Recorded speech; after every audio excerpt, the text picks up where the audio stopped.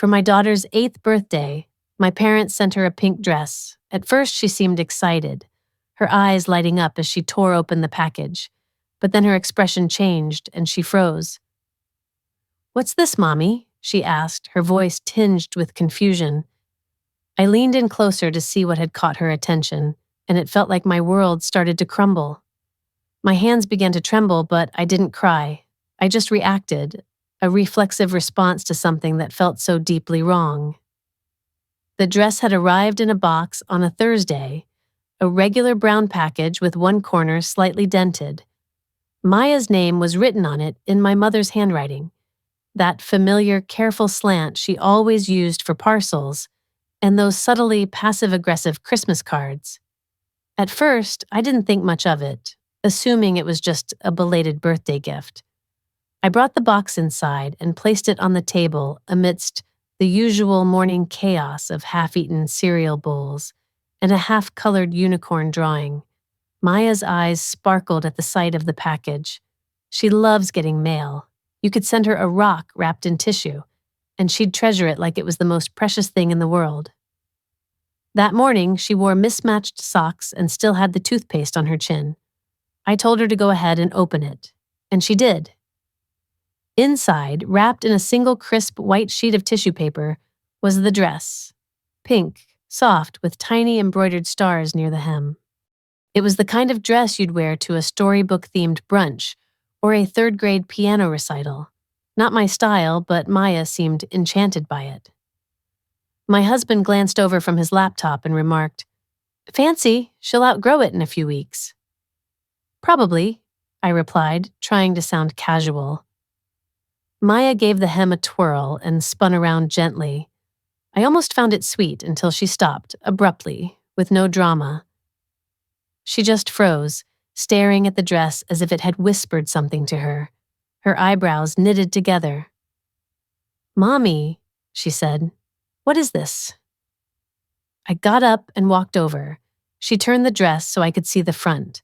That was the moment everything inside me started to unravel.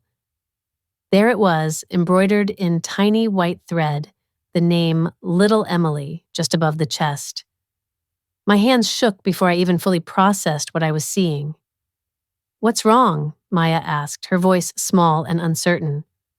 My husband walked over, squinting at the stitching. "That's strange. Maybe they meant to personalize it and just got the name wrong." "Was it a mistake?" Maya asked. "Did they think I was someone else?"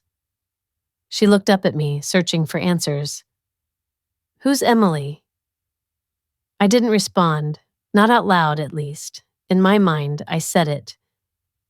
"We don't speak of Emily in this house, not because it's forbidden, but because it's a silence we've learned to keep." "I don't mind," Maya said. "It's still pretty. I can wear it even if the name's not mine." "No," I told her, "you're not putting it on." "But it's okay," she insisted. "You're not wearing it," I repeated firmly. I didn't raise my voice, but I left no room for argument. I took the dress gently but decisively and left the room. I didn't slam any doors or offer any explanations. I just walked into the bedroom and closed the door behind me. I sat on the edge of the bed, still clutching the dress. My hands shook so badly the fabric trembled in my grip. It wasn't the same dress, but it might as well have been. The same shade of pink, the same rounded collar, the same scattered star embroidery. They hadn't kept the original, but they had a new one made and stitched her name on it, as if that were some kind of kindness or made any sense. My breathing became shallow as memories flooded back.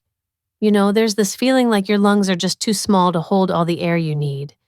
It's that sensation of trying to breathe, but something inside you just won't expand enough to let it all in. That's exactly how I felt when I sat there, holding that pink dress on my lap. I just stared at it, waiting for it to say something else, as if it could. Outside the door, silence. Maya didn't follow me, and I guess that's because she's learned when I need space. It's a painful realization, knowing your child has picked up on your need for solitude at such a young age. I sat there staring at the name, feeling like I should explain why it mattered so much, why it tore me apart inside, why I was clutching this brand new dress as if it were a ticking bomb. But I can't explain it, not yet. You might think I'm making too much of it, that it's just a name, just some embroidery on a dress. But you'd be wrong. That name changed everything. It was the line drawn in the sand after which nothing would be the same. Not between me and my parents, and not with Emily, my sister. But that's just the beginning of the story. Before Maya ever laid eyes on that dress, I had seen something like it before. Not exactly, but close enough that my hands recognized its shape, before my mind even caught up. There was this moment, this room, this celebration, and a dress almost identical to this one. That's where it all began. It wasn't just the name embroidered on it, though that was certainly the first thing that jumped out at me. The cursive white letters stitched across the front, like a label on a sealed package, read, "Little Emily." But it was more than just the name. It was everything else. The fabric, the color, the length, the stars.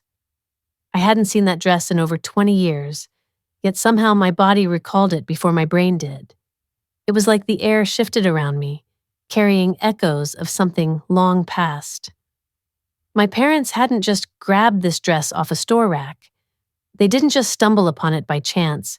It was made with intention, custom crafted, like a cherished memory they wanted to relive. I sat with it for what felt like forever, not crying, not speaking, just sitting there. And at some point, it dawned on me quietly, this wasn't for Maya, it was for them. Because this wasn't the first time they gave a little girl in the family a pink dress and acted like it held some deep significance. It was my birthday. I was turning 6. We had a house full of guests, relatives, cousins, neighbors who weren't really friends but showed up nonetheless. My mother had a knack for sending out guilt-laden invitations that people couldn't refuse. No one wished me a happy birthday because Emily had just been accepted into some dance group, something with a name like Star Steps or Sparkle Academy, something flashy and grand. The celebration wasn't really for me, not in the least. Emily made her entrance in her pink dress, the original one, spinning as if she were born for the spotlight. Everyone applauded. Someone snapped a photo. My mother looked like she'd just been handed a trophy. I stood on the periphery, clutching a juice box. At some point, I approached my mother and whispered, "It's my birthday." She didn't even glance at me when she responded, "Don't make this about you." I remember retreating back to the couch, sinking down, feeling small. It wasn't the first time Emily overshadowed me. It was just the first time I realized I would never catch up. She was only 2 years older, yet the gap between us felt insurmountable. She had this charisma that drew teachers in, made them want to listen. She could walk into any room and leave with everyone's admiration tucked away like a prize. She wasn't mean, not exactly. She just absorbed all the light, leaving the rest of us accustomed to squinting in the shadows. I tried to mimic her handwriting, her posture, even her laugh. I was convinced there had to be a formula, and if I could just decipher it, maybe I'd finally earn the same warmth she did. But no matter how much I practiced, I could never figure out how to become her. Years passed, and we grew older. Emily drifted from job to job, city to city, like she was always searching for something she couldn't quite find. I remember when everything seemed perfect, or at least as perfect as things can be when you're caught up in someone else's whirlwind. My sister had this way of moving through life that was mesmerizing. She was always on the go, hopping from one city to the next, from one relationship to another. People admired her. She had this magnetic pull, but she never stayed in one place long enough for anyone to really know her. It wasn't that she disappeared. She just moved too fast for most people to keep up. I used to think she was chasing something, but now I wonder if she was always running away. Then came the announcement that changed everything. She was starting her own brand. Not just a store, she said, but a brand.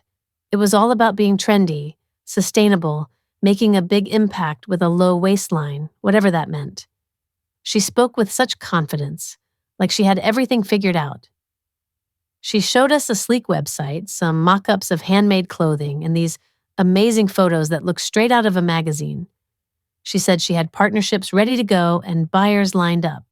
All she needed was funding to kickstart production. It wasn't a gift, she made that clear. It was an investment, one that promised full repayment in a year, maybe even triple the return if things went well. At first, the amounts she asked for were small, just a few $100s here and there. She never pushed too hard, never asked for too much at once. She kept us updated with screenshots, invoices, even messages that looked like they were from interested buyers. Then the request grew bigger. She mentioned a big order from a boutique in Los Angeles and said she needed money upfront to cover manufacturing. Next, it was a showroom in New York, and then some influencer supposedly wanted exclusive rights. We believed her.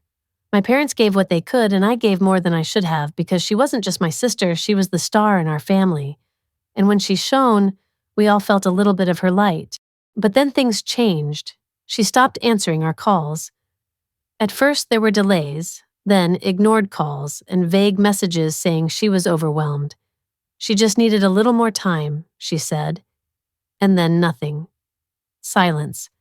And with that silence, the money disappeared too. We were scared something terrible might have happened, maybe an accident, some crisis. But nothing came up. What we did get was a short letter, flat and emotionless. She said she had moved abroad, needed distance and time, and hoped we'd understand. No apology, just that. Slowly and painfully, we put the pieces together. There was no real business, no production line, no suppliers or purchase orders, just a website, and behind it, nothing. She had taken all the money we gave her and spent it on herself. Travel, hotels, gifts, and who knows what else. The financial hit was bad enough, but it didn't stop there. It turned into a legal nightmare.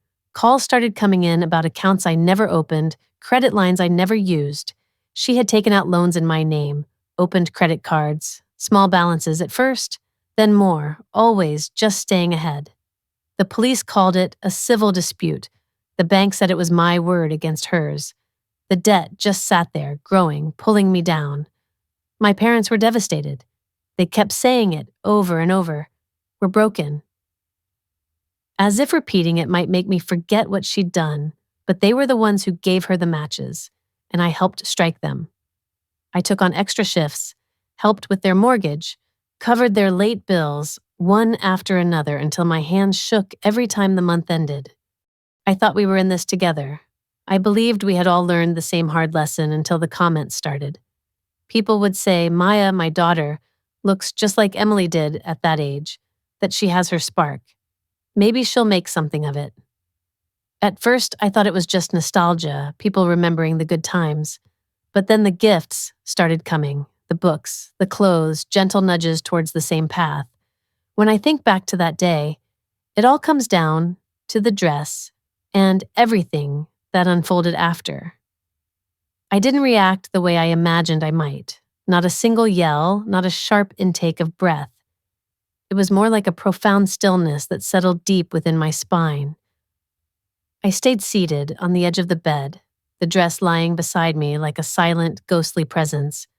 Instead of crying or expressing anger, I reached for my phone. I opened my banking app, then another and yet another, each flickering to life like a polite assistant ready for instructions.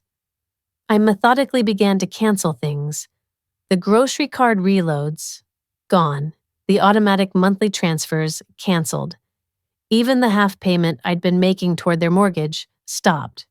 Each deletion was quiet, almost mechanical, and strangely soothing, like erasing old voicemails. I didn't hesitate, didn't second guess. My actions were driven by something deeper than thought, something primal. I left the apps open a little longer, just to let it all sink in, to remind myself that this chapter was finally over. Then I rose, folded the dress with care, placed it on the desk in the corner, and went to bed. The next morning, I woke up before dawn. Maya was still peacefully asleep. My husband, already up, was making coffee, looking a bit blurry-eyed but already dressed for work. When he saw me holding the dress, he asked if I was sure. I nodded, assuring him I wouldn't be long, and asked if he could get Maya ready for school. He agreed without question. I folded the dress once more, this time into a plain brown paper bag. I added a handwritten note inside, 3 short sentences, each carrying a weight heavier than they appeared. You lost one daughter. I'm the one who stayed. You just never noticed. Don't contact me again. I'm not covering your debts anymore. If you want someone to bail you out, ask Emily. The drive to their house was quiet, not long, but long enough for a sliver of doubt to creep in. I didn't let it. Their house looked unchanged, which felt almost like a cruel joke. The same overgrown rosemary bush out front, the same cracked flower pot, the same dent in the garage door from when Dad tried to back out too fast on New Year's Eve. I got out, walked to the porch, and set the bag down. No doorbell, no passive-aggressive knock, just me standing there for a moment before turning away. The first call came at 9 a.m., followed by another at 10. By 11, I had 6 missed calls and 2 voicemails. I stopped keeping track after that. I listened to one of the voicemails just to hear her voice. My mother's voice was sharp with disbelief. She questioned what kind of message I was sending by returning a birthday gift. In the background, my father grumbled, trying to make sense of my decision not to pay anymore. What was I talking about? He wondered. More calls, more texts, most of them left unanswered. Some of them contained words I'd rather not repeat. At 12:27, I picked up. I'm not sure why. Maybe part of me wanted to hear them say it directly, or maybe I wanted the chance to respond. My mother wasted no time accusing me of being cruel, saying I was punishing them for something that wasn't their fault. Really? She fooled all of us, they claimed, yet they kept asking me to pay for it. She's your sister, they said. She was your favorite. Don't be petty. That almost made me laugh. Almost. We lost her, my mother said, her voice quieter now. You know we lost a daughter. You didn't lose her, I replied. She took everything you gave her and ran. So now you're going to take Maya from us too. That's what lingered in the air. I let that idea sit with me for a minute, let it echo around. You don't want Maya, I said. You want Emily. You're just trying to find her in someone else. That's not fair, they protested. No, I said. What's not fair is that I was the one who stayed. I was the one who cleaned up after her. I worked 2 jobs. I sent you money every month, and none of it was ever enough, was it? That's not true, they insisted. Then name one time you looked at me and didn't see disappointment. Silence followed, confirming what I'd always known deep down. I remember the exact moment when I decided enough was enough. I was sitting there, staring at my phone, feeling a sense of finality. I hung up the call and immediately blocked the number. I had to do it, not just for my sanity, but to create some sort of boundary. Then, almost mechanically, I went through my calendar and deleted every single reminder. Rent, grocery help, card transfers, bill payments, all of it gone, just like that. It was like wiping a slate clean, starting fresh, although it didn't feel peaceful. It was mine, and that was something. I thought that was the end of it, that the worst was behind me. How naive I was. I believed that the dress incident was the climax, the phone calls and blocked numbers just noise. I thought I'd contain the damage. But life has a way of surprising you, especially when you think you're finally safe to breathe. It came at me sideways, that realization that the ground I stood on wasn't as solid as I believed. It started as a murmur, whispers from family members, the cousins, aunts, people who hadn't made an effort to contact me in what felt like ages. Suddenly, they all had opinions. Cutting my parents off over a dress seemed to them like an overreaction. I needed to talk to someone, they said. This isn't normal, they said. They're your family, they insisted. Their texts came in waves, some polite, some dripping with judgment, others pretending to care. One even included a praying hands emoji, which felt more patronizing than if they'd just insulted me outright. I ignored them all, but then came the unexpected call. It was a number I didn't recognize late in the afternoon. I was folding laundry, my mind blissfully blank for once. I almost let it ring out, but decided to answer at the last moment. That voice. I hadn't heard it in 5 years, yet my body instantly recognized it. Emily. She knew. She'd heard that I'd cut them off, she said, wasting no time on small talk or apologies. And there it was. They'd told her. She'd been talking to them all this time. I hadn't even thought to ask, hadn't considered that she'd been in contact with them pretty much the whole time. Where had she been? Her answer was vague. Around, she said. Around. I couldn't help but repeat it. She had vanished, left us all in the dark. We didn't know if she was alive or dead. The silence stretched, unbearably heavy. I clutched a pair of socks, seeking stability in their softness. You stole from us, I finally said, my voice barely above a whisper. She denied it, but I pressed on.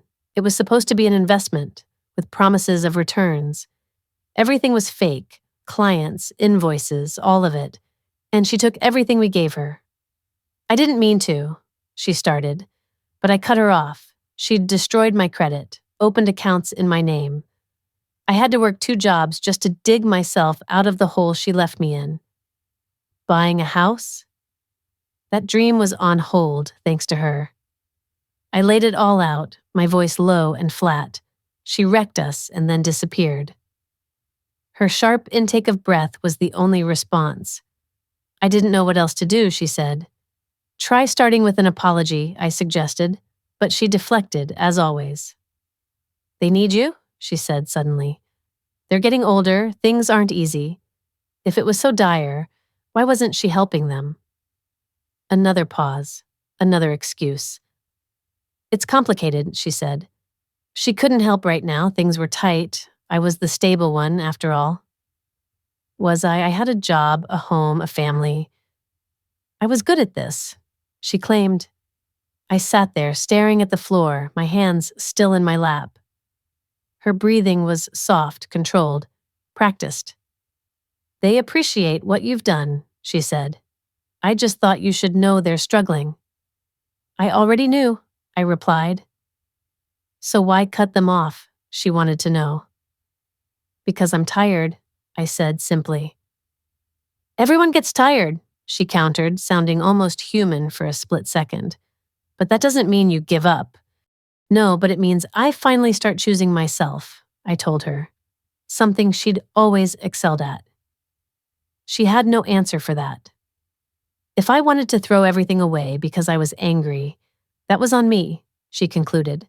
I remember the moment she hung up. I had hoped, despite everything, that this time would be different. But she wasn't calling to make amends. She was calling to press those old buttons she knew so well. And when they didn't work, she just ended the call, as if cutting a cord that was already frayed. That's how it always was with her. When things got tough, she disappeared. The next morning, there was a knock on the door. It was early, and I was in the middle of making coffee. Maya was upstairs, probably deciding which outfit to wear. My husband opened the door before I could even react. And there they stood, my parents. My mother held a cake box like some kind of peace offering, and my father loomed behind her, looking burdened, maybe with debt or just the weight of unspoken words. She said they just wanted to talk, not argue. I stayed in the kitchen, coffee cup in hand, and didn't step forward. I could feel my arms crossing defensively as if that would shield me from whatever they were about to say. I asked if they'd been talking to Emily. They didn't deny it. My mother said they'd been in contact for some time. I asked how long, and she admitted since the first year Emily left. So, while she needed help and they needed money, which I gave them, they were using it to help her. It felt like betrayal, plain and simple. My father finally spoke, saying Emily was in trouble, serious trouble. He said she was afraid. And I retorted that she's always been afraid. Mistakes, he said. She's your sister. And I shot back that I'm their daughter. Silence followed. I was the one who stayed behind. the one who helped them. They let me believe my help was for them, but all along it was for her, and they never told me. My mother tried to say they didn't know how to tell me. I let out a bitter laugh. They watched me juggle 2 jobs, watched me struggle to pay their bills, and thanked me while sending my money to the person who caused all this. They insisted it wasn't simple, but I demanded an explanation, something that made sense. They couldn't give me one. My mother finally said Emily was their daughter too, and I reminded her that so was I. My husband, who had been silent since opening the door, now stood behind me. His arms were folded, his face hard to read. Not angry, just done. He calmly suggested it was time for them to leave. They didn't argue, just looked at me like I was the one who had broken something. Maybe in their eyes, I had. A year has passed since that morning. I haven't heard from them, no calls, no texts, nothing on either side. Through someone, maybe a second cousin or one of those distant family connections who still think group emails are personal, I heard Emily came back. It seems things abroad didn't work out. When the money ran out, so did her stability. She's living with my parents again. I guess it makes sense. She always knew where to land. They're selling the house now. Too much upkeep, too many bills. It's not the first time she's left them drained, but maybe it's the first time they see it for what it is. I didn't ask where they're going. I don't want to know. Maya stopped bringing them up. She used to ask if Grandma would come to her recital, but those questions faded over time. Kids understand more than we give them credit for. Now it's just us, the 3 of us. Sunday mornings are for pancakes. Maya blasts music when she brushes her teeth. My husband fixed the cabinet hinge I ignored for years, and I sleep now. Really sleep, the kind where you wake up feeling safe. No silent comparisons, no old ghosts in the corners. Just Maya being Maya, just me. Finally, something other than the one who stayed. Was it too much? Was it not enough? If you have thoughts, share them below and don't forget to subscribe.